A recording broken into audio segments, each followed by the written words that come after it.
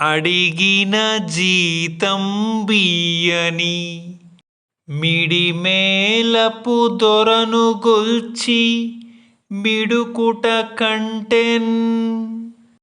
వడిగల ఎద్దుల గట్టుక మడిదున్నక బ్రతకవచ్చు మహిళో సుమతి.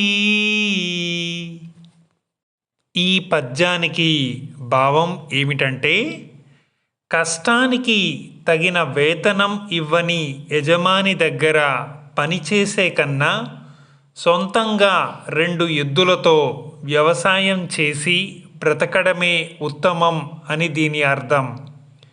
పనికి తగిన వేతనం ఇవ్వనప్పుడు ఆ పని చేయడం వ్యర్థమని సుమతీ శతకారుడి నీతి. మిత్రమా, నీ కష్టానికి తగిన ప్రతిఫలం లేనప్పుడు అటువంటి చోట్ల నీవు పనిచేయడం నీ కాలాన్ని నువ్వే వ్యర్థం చేసుకోవడం అవుతుంది. కావున నీ కష్టానికి ప్రతిఫలం ఎక్కడ దక్కుతుందో అక్కడికి వెళ్ళు.